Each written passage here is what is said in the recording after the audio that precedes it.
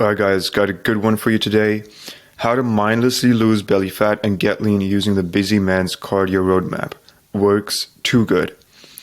So, this is, by the way, a weight loss graph for one of my clients who's used this exact cardio roadmap.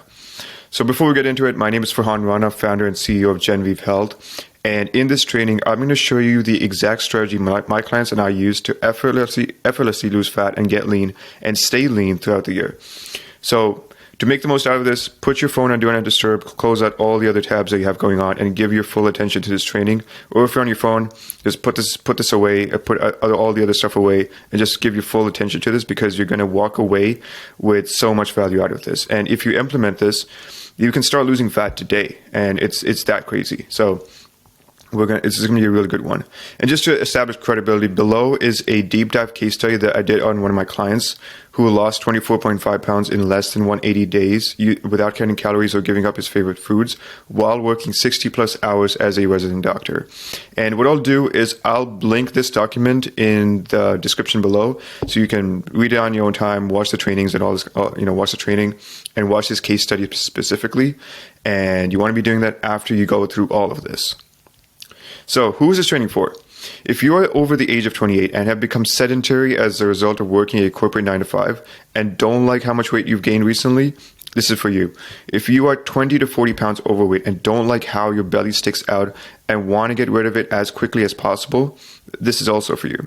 If you've been lifting weights for 1 to 3 years but have not gotten that lean look you always wanted, then this is for you.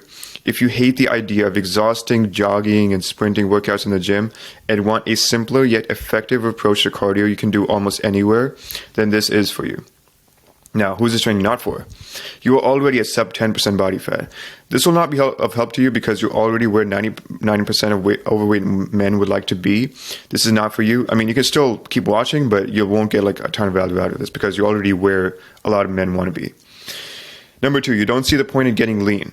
Now, this is a bit of a strange one, but some people actually think like this. You don't care about the health benefits of a low body fat percentage, how your body actually looks bigger at a lower body fat percentage, assuming you have above average lean muscle mass, or why anyone would bother sweating as a result of exercise, then this is not for you. Just click off and go watch something else. Lastly, you are content being the chubby dude in the office and love the donuts you or your coworkers bring to the office too much. This is not for you. You're wasting your time. Go munch on another donut. The reality behind getting lean with cardio. Now, this is something I want to touch on because a lot of men, when they approach cardio, just like people in general, is that they fall into two extremes. One, they don't do any cardio because of believing the myth that, it kills gains. And this is something that even I used to believe for the longest time, like, hey, I don't want to screw up my progress in the gym because as a result of doing cardio. That is not true at all. I can tell you after, doing upwards of 12,000 steps pretty much every single day, it just helps so much on so many fronts and in so many levels, just from a mental standpoint, physically, and all these different things that go into it. It's just underrated for how much this really helps. And the other extreme is that doing too much by jumping right into jogging or sprinting 7 times a week, this will always lead to burnout because you're exerting yourself, number one, and your body's not going to be able to keep up with that, especially if you've never done anything like this. And you also dread doing this. And what you want to do as you go about this process is you want to look forward to it. Ideally, you don't even want to register this as something mentally taxing. You just want to go about losing weight using cardio just as you go about your day. So those kind of workouts, they just don't work out unless you're an athlete and that's something that you're purposely doing because that's what you are doing as part of your craft. So essentially, both approaches are misguided. The correct way is to use cardio and see it as a tool in your toolbox that you can pull out whenever you decide you need to get lean. And even if you're not getting lean and you're just putting on muscle and you're trying to maximize that, even then, having a baseline level of cardio will just do so much for your health. Because a lot of people, when they get into this, they just go super heavy into the fitness aspect of this and they do not optimize for health. And that's something that you want to be doing as you go about this process of becoming the best version of yourself. So essentially, it's neither to be demonized as something that you will melt your hard-earned muscle off, nor should be seen as a magic pill that will have you looking like your favorite Hollywood celebrity in a matter of weeks. It's just having the right expectation around what cardio is all about. So a question you might be wondering is like, shouldn't I just eat less? Because isn't it just calories in, calories out? Yes, up to a point. Now, the problem with eating less from the get-go is that you're gonna not, when you reduce your calories by so much, you can only reduce your calories by so much before your metabolism slows down and your body fights to hold on body fat. And this makes sense because your body thinks there's a famine going on and there's not enough food supply in your environment, so it tries to keep you alive. However, increasing our calorie output has a totally different effect. We still, burn the calories we're supposed to be doing for us to lose weight. Because if you think about it, if you have to be in a deficit of 500 calories to lose weight, there's two ways to go about it, right? You can either just eat 500 calories less or burn 500 calories as you go about your day. Ideally, you're doing a combination of both, and that's what I do myself and what I teach my clients as well. But the simpler way and the more enjoyable way is to just do more, burn more, and still leave room to be eating a little bit more and just not hate your life as you go about this.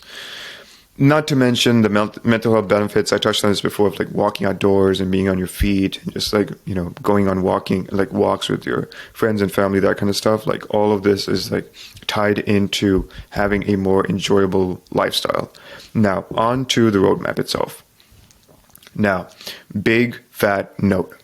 None of what I'm about to share with you will work if you still eat like a fatty. Take that however you want. If you already know you will invalidate your cardio by eating a 500 calorie donut every single day, then stop watching this video or reading this document and go fix your diet first. This will not help you whatsoever if you are still stuck in that pattern of eating a ton of calories just because you don't have that self-control. Now, with that note out of the way, let's begin by dividing the cardio we'll be doing into two major types: informal cardio and formal cardio. Now, informal cardio is very simply the number of steps you walk during a given day. There's no heart rate measurement you need to be doing, or like how hard you're pushing yourself, or like whether you're doing a brisk walk or like an easygoing walk. This is simply just the aggregate number of steps you end up with at the end of every single day. So as you wake up every single morning, you look back at the steps you walked the previous day, and you're like, okay, this is how many steps I walked. It doesn't matter how I got it in. Now, formal cardio, on the other hand, is where we factor in duration and heart rate elevation. These are important factors to consider because you want to be progressively increasing these to help you increase your calorie output on a given day. So this is really just a mechanism, a method that we employ when we are serious about losing weight, losing fat specifically. Steps alone will help tremendously. Like, don't get me wrong. Like, if you just start walking more, you'll see the weight start to come off, especially if you do have your diet dialed in to some extent. But formal cardio, when you do employ this in the right way, will put the process of losing belly fat and getting lean on literal steroids. Like, it will be just crazy, just the amount of weight you'll be shedding. Now, for the routine itself, I won't go into super in-depth on all of this. Like I said, I'll have the document below so you can pull this up and screenshot it, whatever you need to do. But what I will do is go over the different phases and how I've broken everything up. So in phase 1, these consist of, for the first 3 weeks essentially, where you're not increasing your steps like by a crazy amount, and the formal cardio sessions aren't like super crazy either. What you'll notice is there's a week 0 with 6,000 steps. The reason why I have a week 0 is because you'd be surprised, and you might fit into this category as well, where you're routinely walking like 2,000 steps every single day, and you're just not able to get out of the routine that you have, and maybe like a good day for you is like 4,000 steps. So what you need to be doing in week 0, if you're going to be following this process, is just try to get to 6,000 steps. Easy way, super easy way that anyone can do this: 2 30-minute walks. Let me repeat myself: 2 30-minute walks as you go about your day. Just the easiest way to go about this. Like, there's nothing that you need to think about. And week 0 could last for like a good while. It could last like 2 weeks until you really get set into that routine of walking 6,000 steps every single day. Only then do you want to move on to week 1 and then every week after that. So phase 1 is really just about getting your body acclimated to walking more, because there might be time considerations that you have to consider, or just like you maybe have like an injury that's preventing you from walking a lot, so you need to get that treated. So phase 1 is really just about getting used to the whole process and not like diving into it super crazy and walking like 20,000 steps right off the bat. Phase 2 is where you've solidified what you're going to be doing with your steps, and you have a routine in place, and you start ramping up the steps by 500 every single week. And you'll notice that with every single week, the steps are increasing by 500. And I'll break down like how to do this. Like you might be looking at this and getting overwhelmed. I'll be showing an exact schedule that you can follow, so you won't have any confusion, any misunderstanding about how to go about this process. And something I didn't mention is that on the right side, you'll see a heart rate column.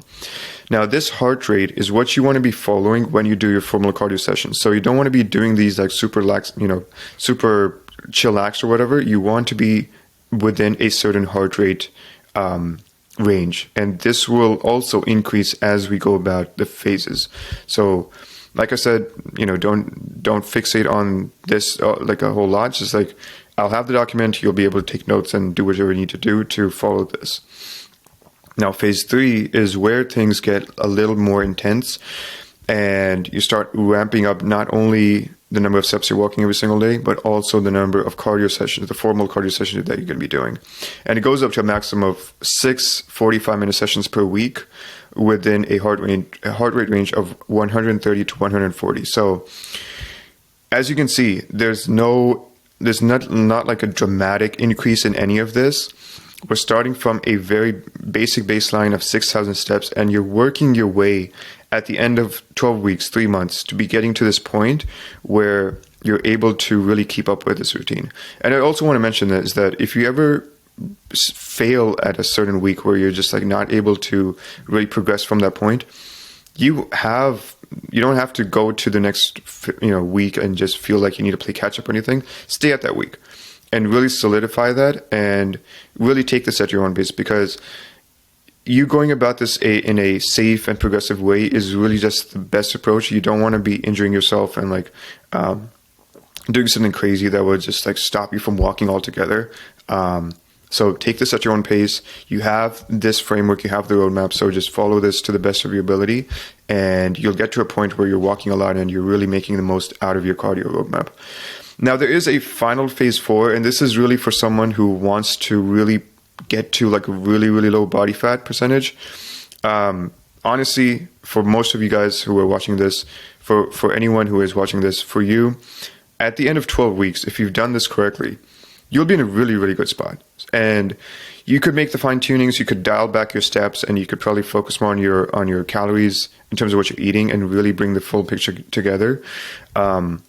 So the last 2 weeks are really where, if you have like a vacation coming up, or you just want to get lean for like a wedding or something like that, then you can really go into that.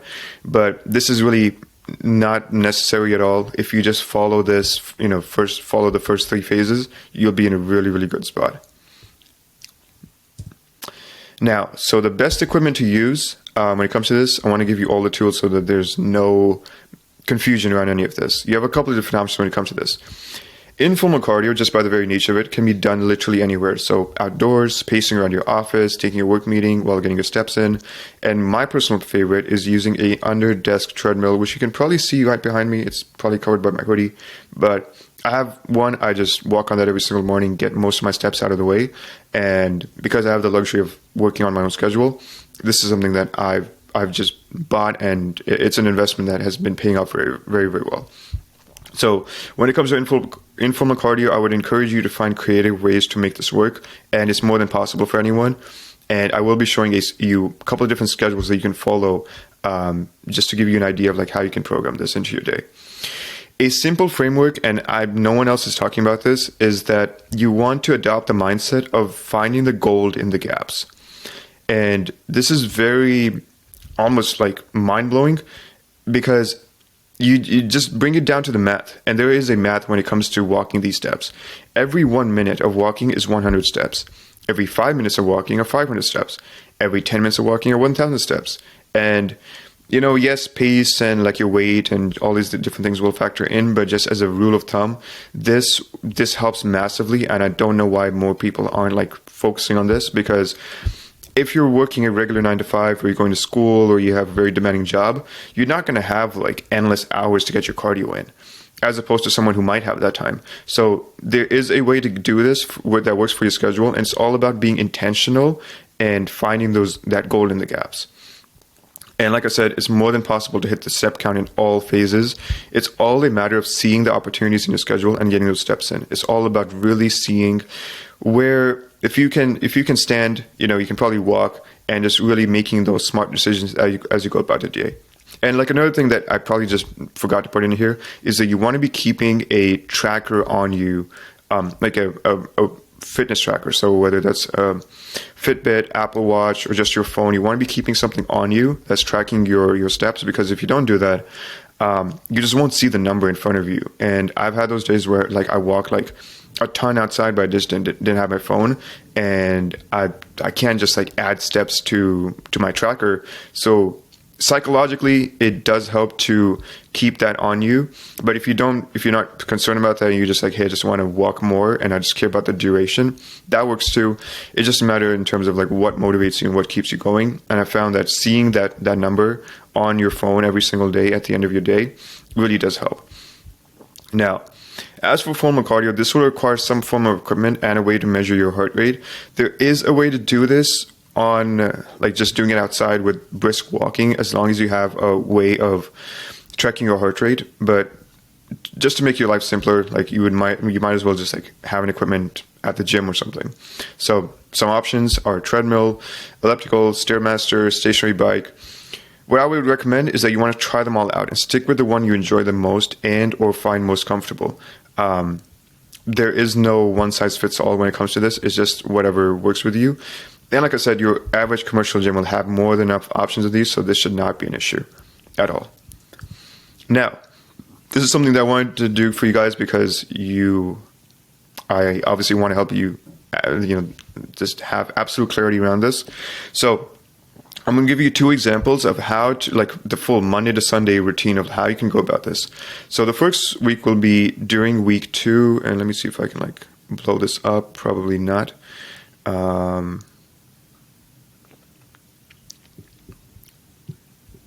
All right, so I don't have a way of blowing this up or making this bigger, so I'll just run through this and I'll break it down for you.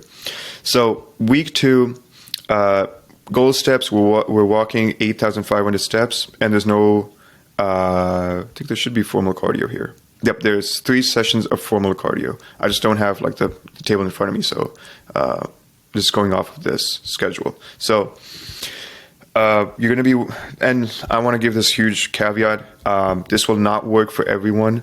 It will work for 80% of you who work like a regular 9 to 5. So, if you are someone like a nurse who is on your feet all the time, you'll get to the step counts quicker. Or if you work at home and you work remotely and you have a work from home job, you won't have like the 2-hour commute time or whatever. So just take this as a framework and really try to understand what I'm sharing with this and just adapt it to your individual lifestyle. So for simplicity's sake, I'm just going to assume that you have a regular 9 to 5 and you're waking up at 6:30 every single morning and your morning routine is like an hour long. On Monday, you're going to be doing your first formal cardio session. That's going to be 15 minutes. And I don't know if I mentioned this anywhere, but what you don't want to be doing is, as you go about this, is that you don't want to be subtracting the number of steps you're doing as part of your formal cardio. I know that that's probably something that some of you might be thinking. Don't do that. Don't make this any more complicated than it needs to be. It's not complicated at all, but don't get OCD with this. So back to what I was saying. Formal cardio session number 1, 15 minutes. You're also accruing 1,500 steps as you go about this. Then you have your commute, half an hour. Then you're at work for the first 3 hours, and you have 1,500 steps that you're getting here as well. And why I'm saying this is that every hour that you're working, or every 55 minutes that you're working, you're also getting 5 minutes in. So get that gold in the gaps method really working as you're working, and try to get those steps in, because this will, as you'll see, all of these will accumulate very quickly. Then you have your lunch break, like a nice half-hour lunch break, and part of your lunch break, if you have like an hour, you're also walking for those last 30 minutes, and you're also getting 3,000 steps. And this is just good to be walking after a meal, just to help with insulin sensitivity and stuff. So this is strategically placed because you want to maximize your energy levels and also get your steps in. So, win-win. Then you have the next 4 hours when you're working. You're getting 2,000 steps. Again, you're walking every 5 minutes, every 55 minutes that you're working. Then you have your commute. Then you come home, and you have like 5 hours to do whatever you have to do in the evening. And just to wrap things up, you're doing 500 steps after dinner, 5 minutes. You're probably getting more, but if you just want to follow this just robotically, like this just works. And this repeats all the way until Friday. Friday night shenanigans, whatever you get up to on Friday nights, 3 hours there. And things are a little bit different, because I think the steps do add up, unless I made like a massive mistake. But yeah, whatever you do on Friday night, you're probably getting some steps in, or if you're just staying at home, you're doing a thing. Then on Saturday is that you're waking up 7:30. And here, the other thing I want to note is that I'm accounting for 8 hours of sleep every single night, because this is more than realistic. What I'm trying to show with this first example is that this is more than realistic. You don't have to sacrifice your life. You don't have to get all worried about how you're going to do all these steps, especially if you're very sedentary and you barely walk like 1,000 steps. I'm accounting for the lifestyle of like 85% of people. So this is more than realistic. You'll get your sleep. You'll get your work in. You'll have time for Friday night shenanigans. You'll be able to do everything, and this will not like utterly destroy your life. Now, assuming you sleep a little bit late on Friday, 11:30, you wake up at 7:30, still 8 hours. Get your morning walk in at 6,000 steps for like an hour. And the reason you want to be doing your walks in the morning is you want to get the most amount of steps done early on in the day. If you push this towards later and you're like, oh, I'll do it like at 5, 6, 7 p.m., you probably won't do it because you'll either be tired or you just feel lazy and you won't want to do it. So get it out early in the morning, then do your weekend stuff, whatever you get up to on the weekends. I just accounted for 500 steps if you're being absolutely lazy and you're just like, on the couch watching TV all day. I'm just accounting for the laziest scenario. So you probably will get more steps if you have a bit of a more active lifestyle. And then just to wrap things up, you're going to be doing an evening walk for 20 minutes, and that will all add up to 8,500 steps. Same thing on Sunday. So super straightforward. This is not going to, like I said, take a ton of effort out of you. It's just being strategic in terms of like, how are you going about this and how are you factoring in these walks and the formal cardio sessions as well. So super, super simple. Everyone should be able to follow this. Now, I wanted to do an extreme example to show you like how you can fit this in as you get more deeper into the cardio roadmap, and I'm going to be referencing week 11. So just kind of recap, you're going to be walking 13,500 steps, and you're also going to be doing 5 cardio sessions for 45 minutes. So I've broken it all down, and this is more than enough, more than possible. You're still getting 8 hours of sleep. You're still going to work. You're still like doing your stuff that you need to be doing, and you're also hitting the gym. That's also something I factored in, because you want to be hitting the gym. That's going to be totally separate like video that I am going to be doing in terms of like what your gym session should be looking like. But just for simplicity's sake, I'm assuming that as you go about this, you've also picked up the habit of going to the gym and training. So that's just in there. But I'm going to start from the top. So as you've gone about this process, you realize that, okay, maybe I need to start waking up a little bit early so I can get more of these steps in. So you wake up at 5:30. Still like an hour-long routine in the morning, and you get your hour-long walk done from 6:30 to 7:30. That's 6,000 steps. You still have your morning commute. You probably have some time just like shower and stuff like that. You work. You still get your 1,500 steps. Every 5 minutes of every every hour that you work, you get 500 steps.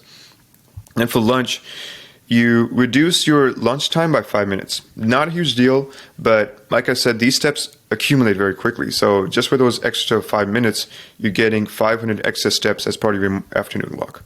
You go about your work, an extra 2,000 steps, commute. As soon as you come home, get back from work, you hit straight to the gym, and then you hit like an hour. That's more than enough time. You don't need to be doing like 3-hour sessions or anything. And then you do your formal cardio session, and that's 45 minutes. And the reason why you want to be doing your cardio after your gym is because you want to be preserving your energy for the most taxing exercises. So like lifting weights is just going to require more energy. So you don't want to reverse this.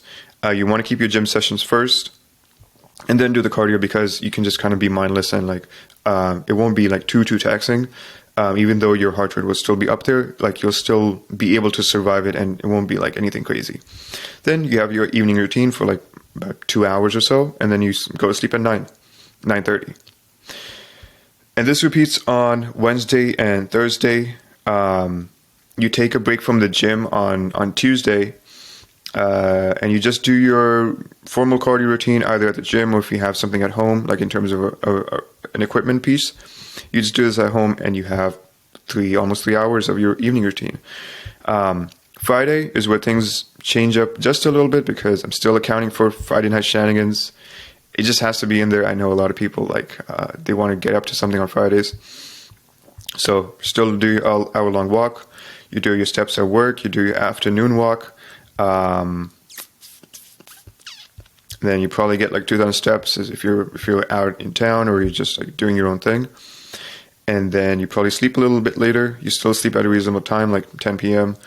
And then on the weekends, on Saturday, you get up at 6, you have your regular morning routine, and then you do an 80-minute walk in the morning. And the reason why you need to be doing this, you want to be front-loading your walks on the weekends, is because, like I said, if you're lazy about this and you just push this off until the end of the day, you're probably not going to be doing it. So just be smart about this and just do the big chunk of walking in the morning.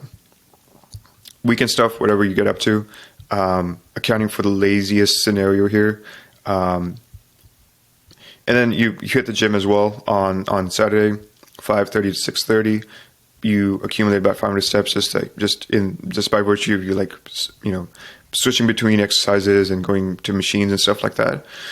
You have your last cardio session right here, 45 minutes. You accumulate 4,500 steps right there. And you have like your regular evening routine.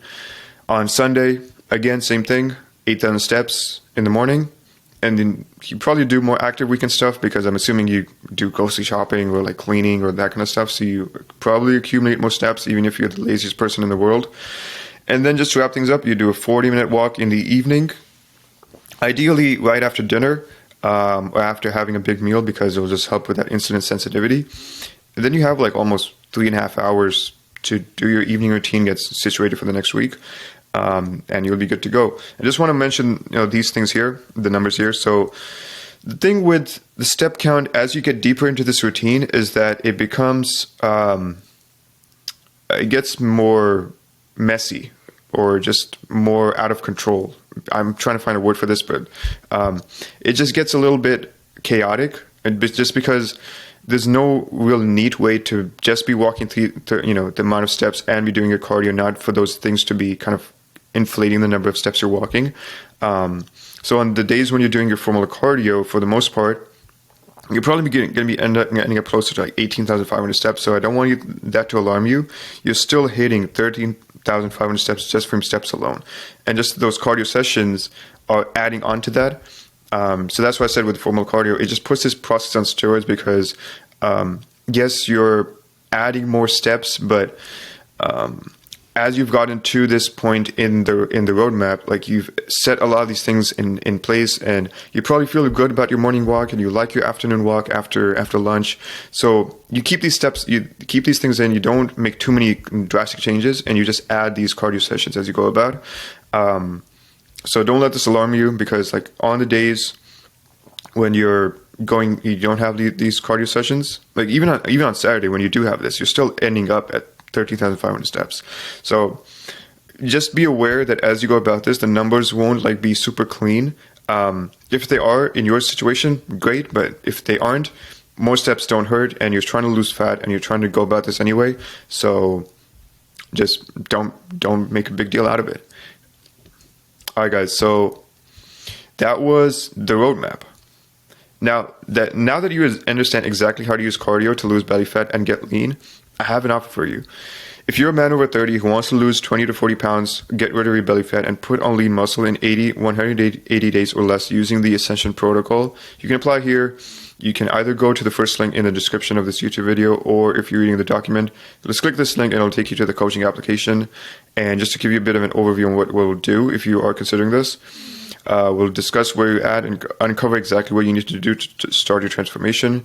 Put together a custom strategy for fat loss and muscle gain in a way that works with your lifestyle. So that schedule that I broke down for you, I'll do that for your custom situation, and there'll be no figuring out that you have to do on your part. And discuss whether you'll be a good fit for the program. If you are, get you started inside. But that's only if you do want to consider working with me one-on-one and have all of the stuff I talked about just taken care of for you, and you just have to execute. And that's the only thing you have to worry about.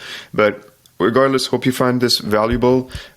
If you have any questions, leave them in the comments, and like, comment, subscribe, all that kind of good stuff. And I'll catch you guys in the next video. See ya.